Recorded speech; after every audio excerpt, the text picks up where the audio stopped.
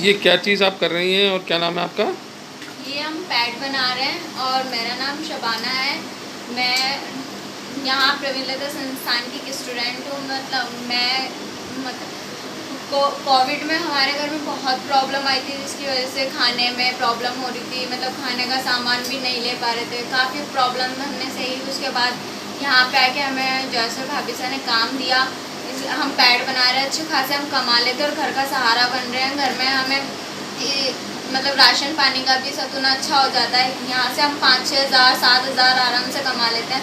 भाभी सर जैसन ने हमें सपोर्ट किया, प्रवीण लता संस्थान में आके हमने बहुत कुछ सीखा और आज हम आगे जा रहे हैं। जी हाँ दोस्तों, आज हम एक विशेष खबर लेकर आए हैं जयपुर की प्रवीण लता संस्थान के बारे में, जो कि कोरोना काल में एक मिसाल कायम कर रही है।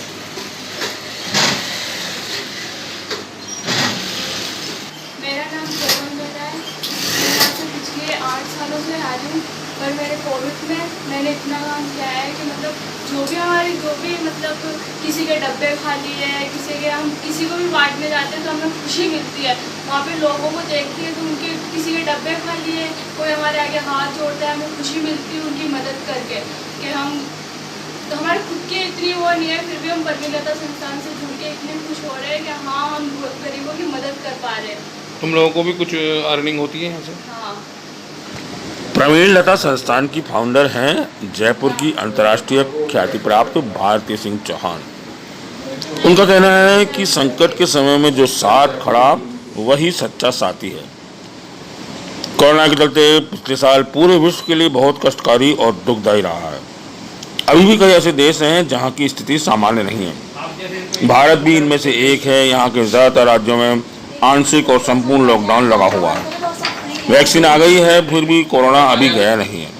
लोग अभी भी लापरवाही बरत रहे हैं, जिसका नतीजा है कि कोरोना की दूसरी लहर पूरे देश को अपने पंजे में जकड़ लिया है। से कोरोना के चलते 2020 से लेके अभी तक हम लोग लगातार जो है कोविड रिलीफ सपोर्ट का काम कर रहे हैं।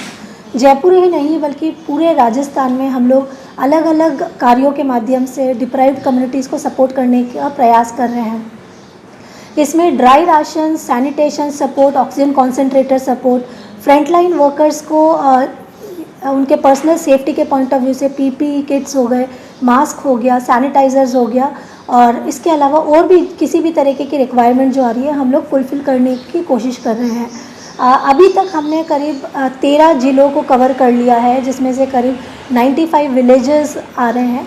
और ड्राई राशन में स्पेशली अगर मैं बताऊं तो 15 डेज से लेकर के महीने भर का जो किट है वो हम लोग परिवारों को उपलब्ध करवा रहे हैं, जिसमें बेसिक एसेसरीज़ जिसमें आटा, दाल, चावल, चीनी, तेल, मसाले, साबुन, टूथपेस्ट, टूथब्रश, चाय की पत्ती इत्यादि जो सामान है वो होते हैं।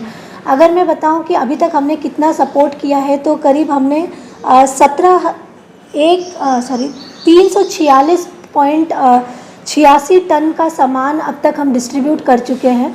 और इसके अलावा जो है हमने करीब 1.5 लाख से ज़्यादा कुक्ड फूड मील्स जो है वो ऐसे बच्चों और कम्युनिटीज़ को प्रोवाइड करवा रहे हैं रेगुलर बेसिस में। 2020 के जो मार्च से जो कोरोना काल शुरू हुआ था तब से लेके अभी तक।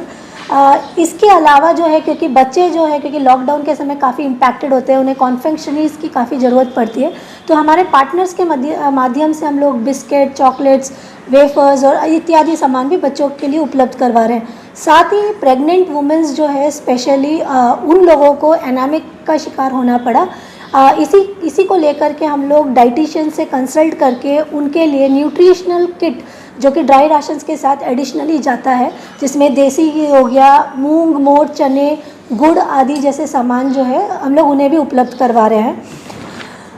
साथ ही अगर मैं बात करूं ऑक्सीजन कॉन्सेंट्रेटर्स की, दूसरी लहर के चलते ऑक्सीजन की काफ़ी ज़्यादा नीड आई।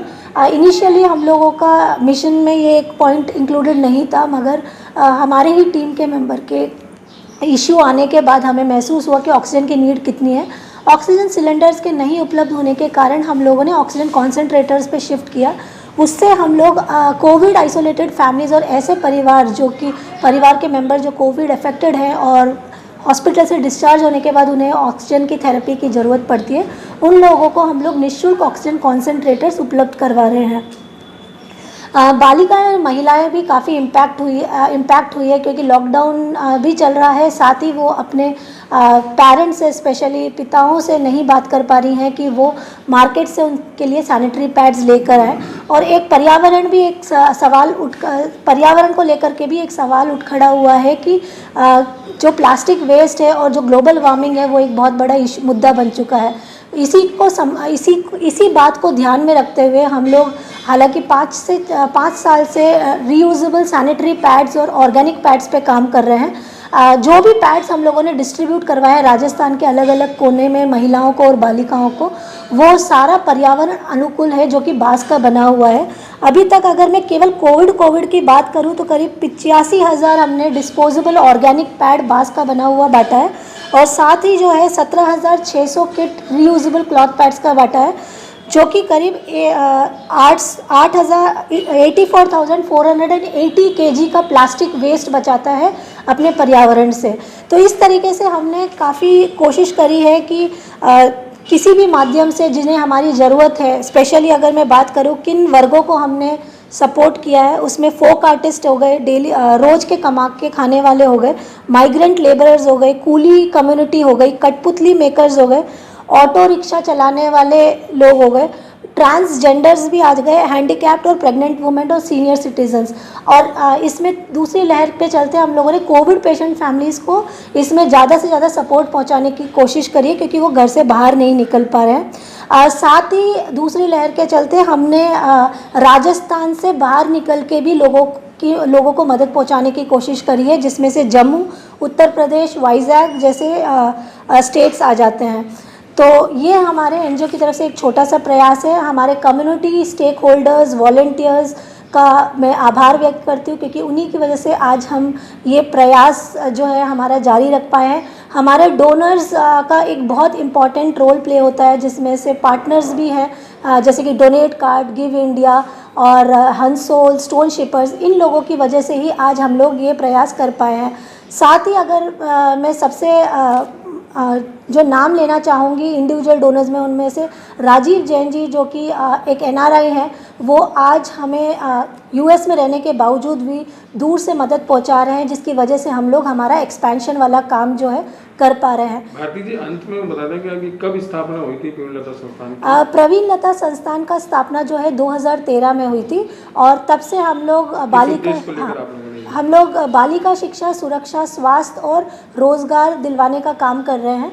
और कोविड और फ्लड इफ़ेक्ट्स का जो असर है वो हमें पहली लहर से ही महसूस हुआ, इसीलिए अब हमारे उद्देश्य में डिज़ास्टर मैनेजमेंट को भी हमने जोड़ लिया है। Audio Jungle।